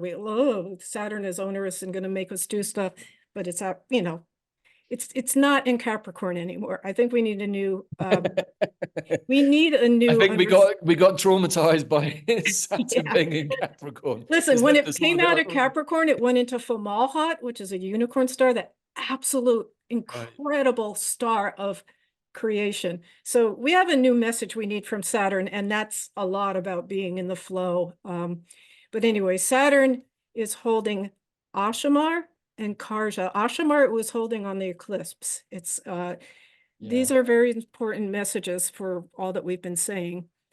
So let's look closely at that. Ashamar at 1540 Pisces is all about initiation. It's the initiation that's analogous to the Egyptian sarcophagus. You get shut in the sarcophagus, you're in the dark. If you can't use your consciousness and your own light to pierce the darkness, you will die. It's about the ability to pierce the darkness with your own inner light. And then once you do that, you understand the truth of the light. It lives in you. You can come from that. I mean, of course, darkness is there, but you're going to use it differently. It becomes your nutritive force, as we were talking about.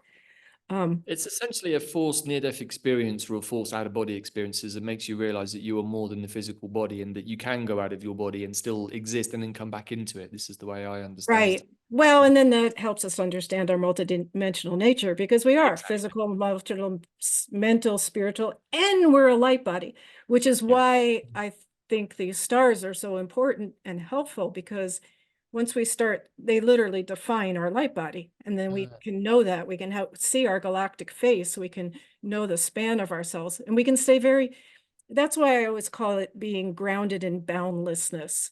You've got an anchor, but you're not boxed. And that's where we're going in the fifth dimension, right? So So this Leslie, is Saturn telling us this. Remember, this is yeah. It's like Saturn's giving us the container because it's hanging around this particular star so much and has been for a while, and it's about to go into retrograde, so it'll go back in Pisces, then it'll come forwards again.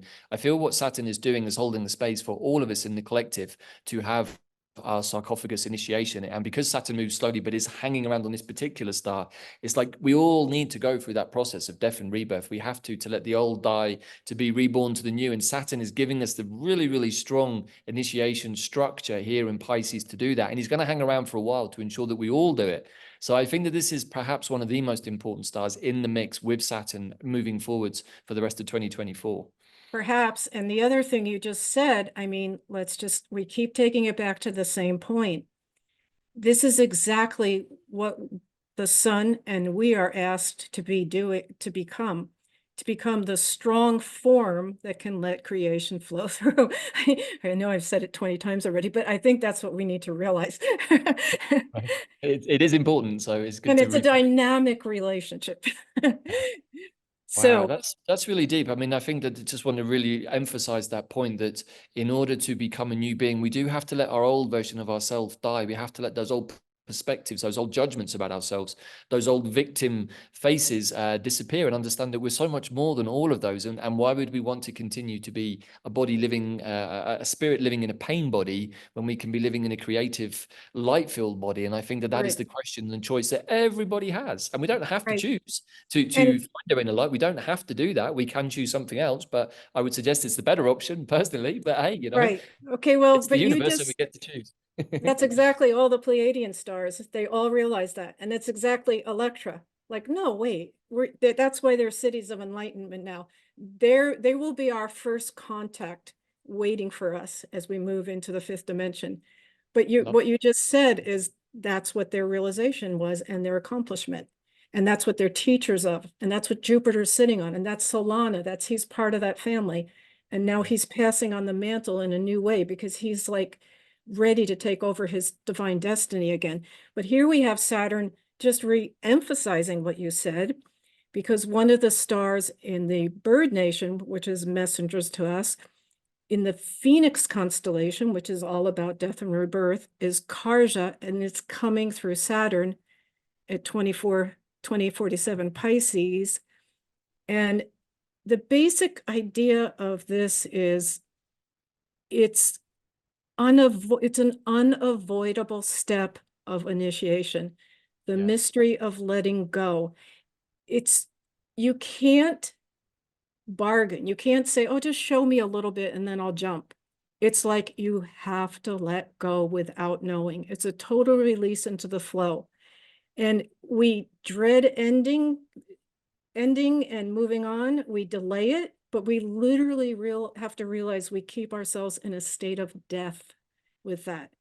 So this celestial phoenix teaches us the faith of rebirth, teaches us that life is for us, not against us. And the thing about it is, you know this well, David, with your feet, something crazy happens that you think you're going to fall to your death when you really release in this way.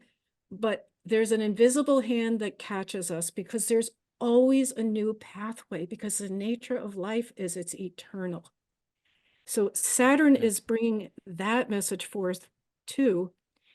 And what I would suggest is, this is just my summary here.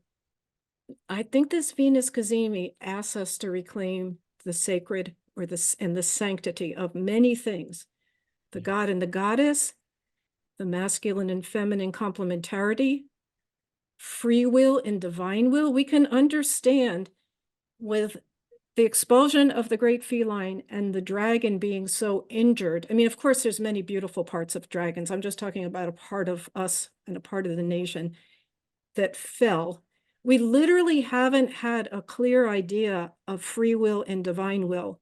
In fact, that's actually when I talked about Uranus, that is the projection of the star Merope. And we talked about that on the Jupiter-Uranus conjunction. Merope was that sister who had to like just rebel and go out and experience and finally realize that chaos wasn't creativity. And she found the golden mean for free will and divine will. And I think that's what we have to move into. I mean, I've spoken about this before.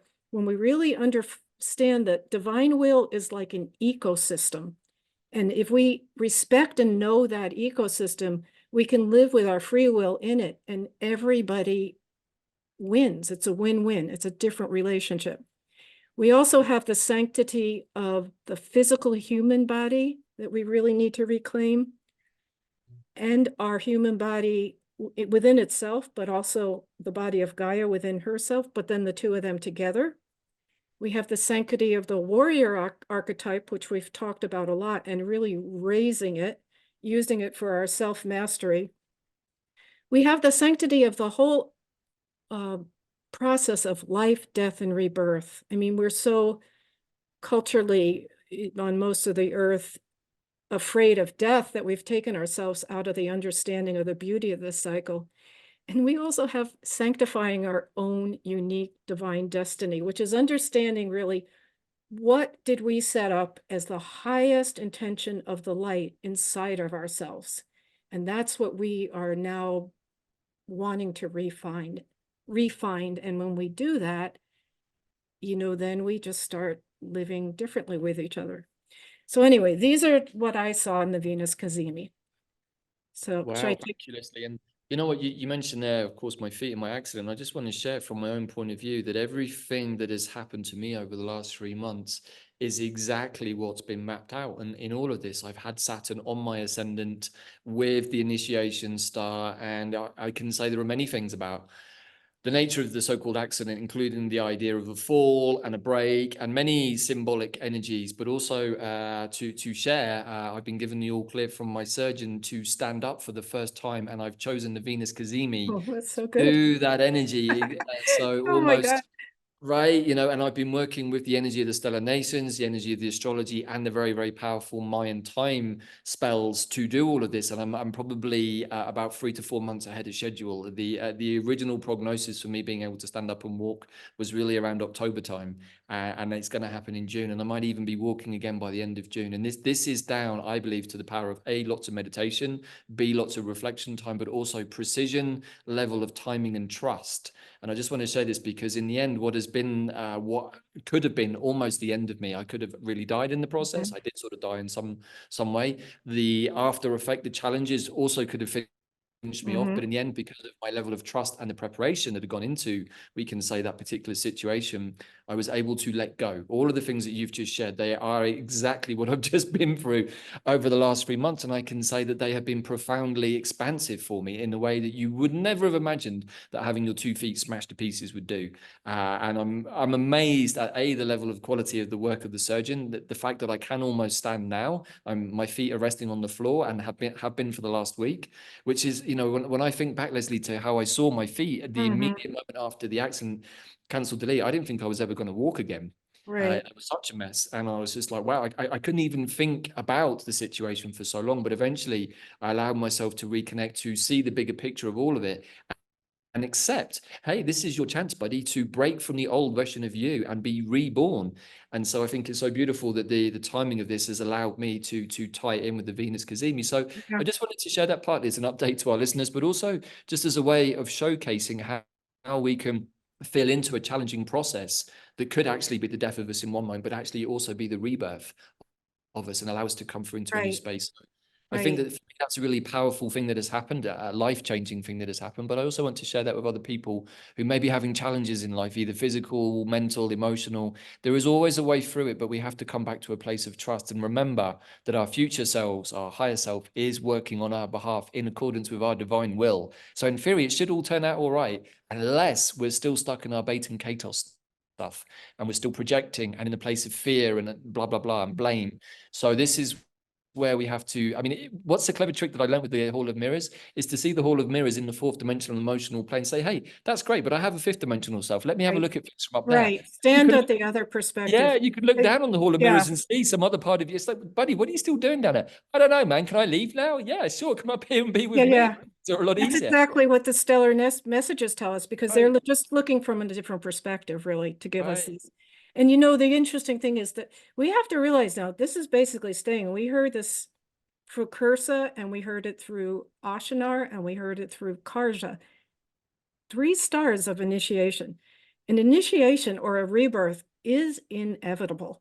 So we have the choice of creating that from within, because we can definitely pull our reality, or the environment will create it for us.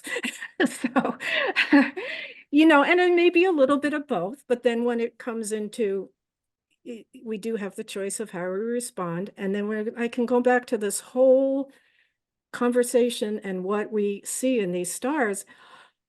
Pull on Venus, pull on the mastery of the elements to come to Rigel, you know, realize the depth of it.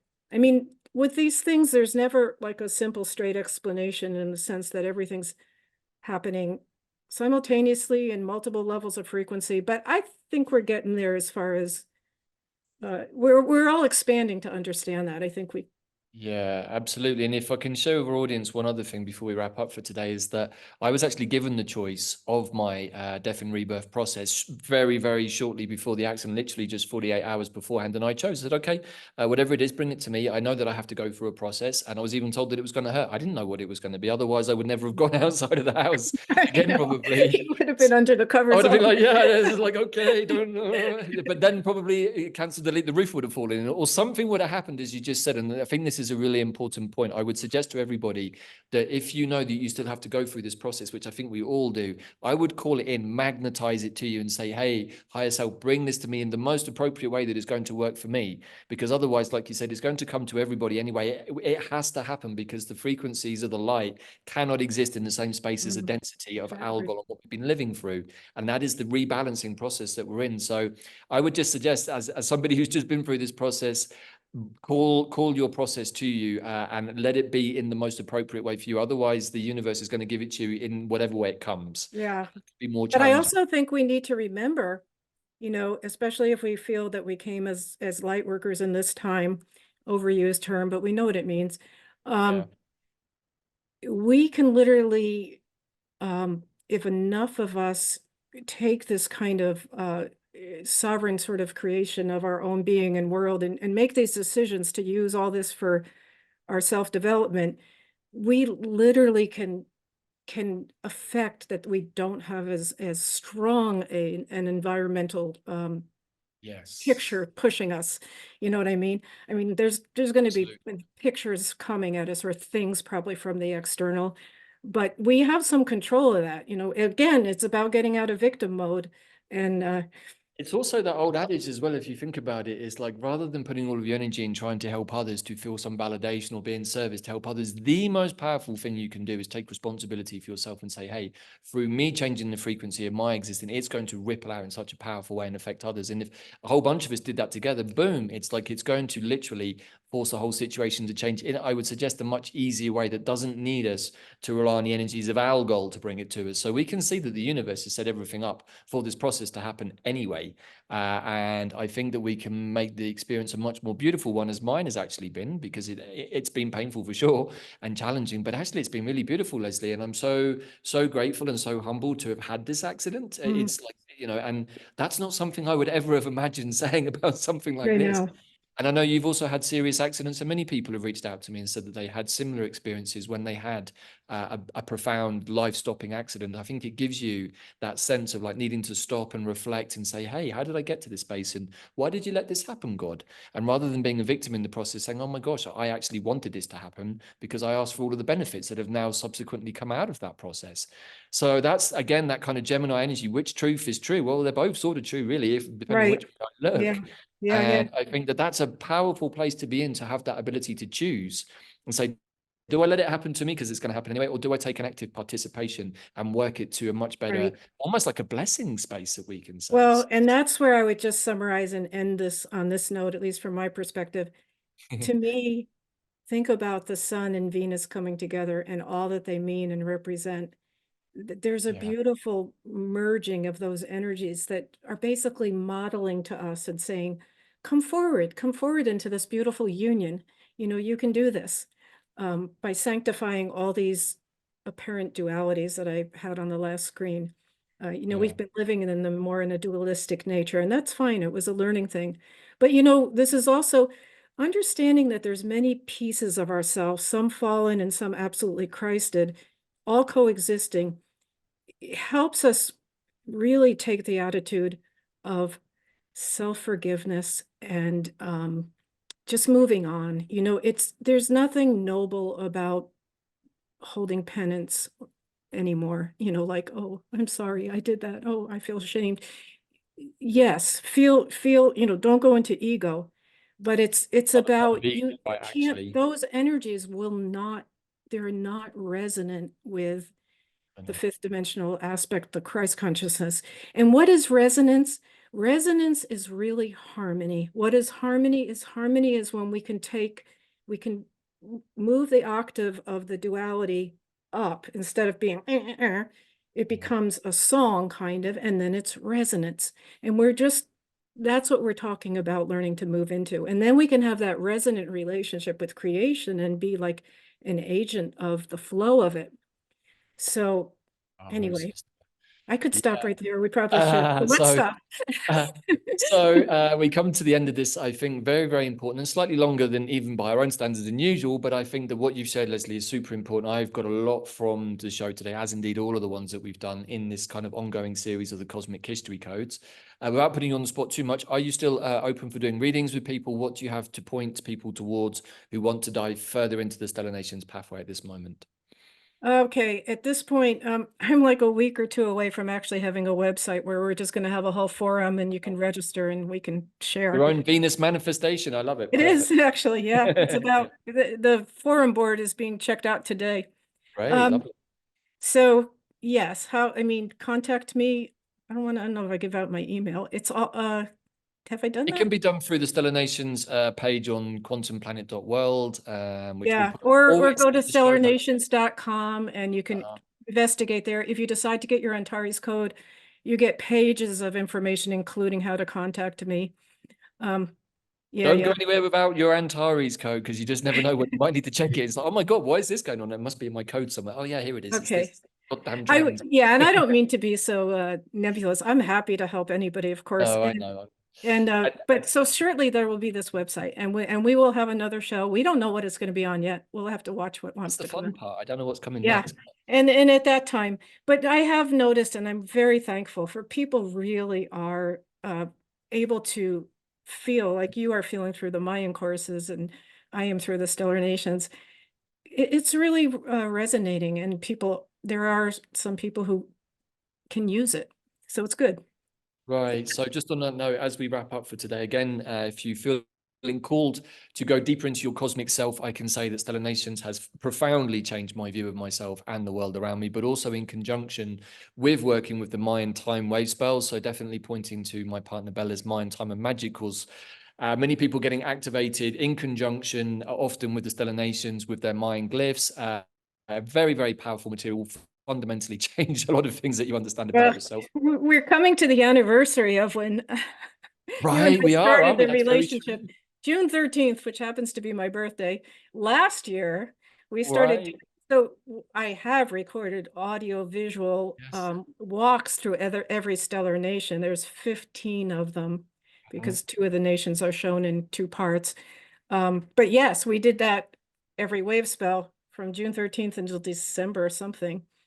Right. Super powerful. So We call it the Jumanji box yeah, because you just don't know what's going to happen next when you open these wonderful energetic transmission boxes, we can say. But yes, and in the same way, Leslie, just want to point people towards what me and Bella are now working with in very much the same format with all of this energy, very much in conjunction with the Mind, Time and Magic, the Stellar Nations, our own Quantum Compass show. And that is our navigation guide to quantum consciousness, a galactic atlas for New Earth.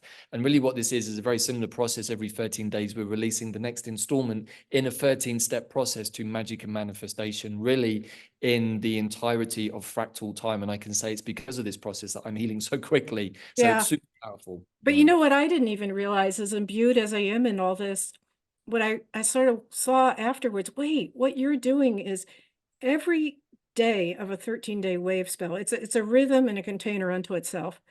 Every day is part of a process. It has a distinct energy that develops. So what Yes. you're doing is, with each container in each wave spell, I think you're doing this, you're taking a day and the energy of that day, and you're fully exploring this. So this is a way for us to know, um, just know the rhythms of flow and frequency, really, through the intelligence of the higher consciousness, which is what the stars are. And they're very complementary. They're different pathways, but they're extremely complementary. They're really ways to ground yourself in boundlessness, to know your light body. It's like you can live out of your light body as the home of your consciousness, with your incarnation being sort of a distillate of that. And that really helps us be stronger warriors, because then it becomes so relative. Wait a minute. You're really taking the patterns from the perspective that's broader, that can hold everything, that has more spaciousness, that doesn't lock you in time or anything. Exactly, all of those things. And you're exactly right. And so actually on May the 30th, we will be releasing chapter 2, which is using the energy of counterbalance. The first chapter was aligning your compass, which is really day 1, magnetizing the energy of what you want to you. Day 2, or chapter 2 in this case, is about working with the polarity energy. Everything we've just been talking about, the Gemini I energy. I know, mean, it's perfect. The wave the spell goes timing with is just like, oh, wow, this spirit, there you go. Cazimi. Like the wave spell Right, starts tomorrow, the coming on the. right. So what's June 4th? What's that day in the wave spell? What's the June energy of it? 4th is day 6 of that particular wave spell. And what's the energy of that day? What's the Now you put me on the spot. Bear with me a second. I have to check my guide. I think it's the day of day 4 is form, day 5 is center, and so day 6 is balance and equality. So yes, there we go. Exactly. all So right? this is how fractal time works, everybody. And when you're in the flow, I mean, me and Bella didn't plan any of this in the same way that we didn't necessarily plan all of these things with Leslie when we did them last year. We just did them because they felt right in the moment. And as the process unfolded, it became more clear that we were working very coherently with the fractal nature of the universe. And so that's why I love working with time, with, in the case of the mind time, but also in terms of space. And when you work with the two, you find that you have a lot more of both, actually, through Yeah. conscious awareness. And Now so I'm going to redefine that and say fractal nature of the universe is divine consciousness, is this intelligence that we live with and that we're a part of. it is exactly that. So what we're doing, everybody, is we are trying to pull ourselves back into that, so that we're having to let go of the Gregorian calendar, having to let go of the slave structure that was built around that, because it was part of our evolution and development. It's okay, no judgment on that. But that time is over. The time of the inversion of the snakes trying to attack the Christ consciousness is like, no. It's time now for the Christ consciousness, the rebalancing of the Jesus and Mary energy, the impulse of the masculine and feminine, the male and female serpents, all of that on this Venus Cazimi, I would suggest, is coming to the place of harmony and balance, and we can move forwards in a different way Right. But thereafter. it's literally being reborn from Bait and Kados. In a sense, It we've is, been yeah, in Bait and 100%. Kados because the solar system has, in a sense, been in Bait and Kados. We haven't, we've Yeah, been in the out of the photon belt, but we're being reborn into the light bodies. yeah. Well, in the stories, they're reborn into the light body of a whale, which is such an amazing creature. And we could go on and on. I So know. I think we've made our point, and the Yeah. point is we could go on and on because it's so exciting and there's Right. so many analogies, and you can literally just start surfing them, which is Surfing. fun, which is Right. about We love the whole thing. surfing. It's a great way to go around of an afternoon, is to go surfing in consciousness. So I definitely recommend that too. But thank you so much, Leslie. Okay. As always, thank you all for following us to the end of this long deep dive into this powerful energy, but it is really important. And as always, I think Leslie has put together an amazing presentation. Hopefully I've added a few nuggets here and there that somehow embellish it. And hopefully you've all managed to take away the energy of the moment and, you know, really bring everything into the present moment. Don't be like so much of the collective and say, hey, it's next year. Use Or it. use it, right? The It's great like, feline, be the dragon, be the great feline. You got this sword of light, but it's a sword of self-mastery. it is. Magnetize it. Magnetize your new Earth to you. We are already there. We're in the new cuboid of new Earth, but you have to choose to embrace it yourself. And that does mean having to go through the process of what happened on the Jupiter Cazimi, which is to step through the sun gate fully. And in doing so, you don't actually know what's on the other side. At least most people don't. But it is something really, really beautiful. But you have to trust. You have to allow yourself to go through the process of the sun gate. And that is open for everybody, as Saturn is showing this, right, Leslie? That initiation is here for everybody. So I'd recommend jump on board, go through the sun gate and enjoy what is coming next, because the more of us that are there, the more that we can start to quickly develop the consensus reality that we all want to exist in. And the more of us there are, the quicker it will happen. So your responsibility to the collective, if you believe you're in service, is to do the work for yourself so that we can all enjoy this together. So that is my final thought for today. Thank you, Leslie. Thank you, everybody. Enjoy the energies and remember to stay centered, stay grounded, and stay in the now.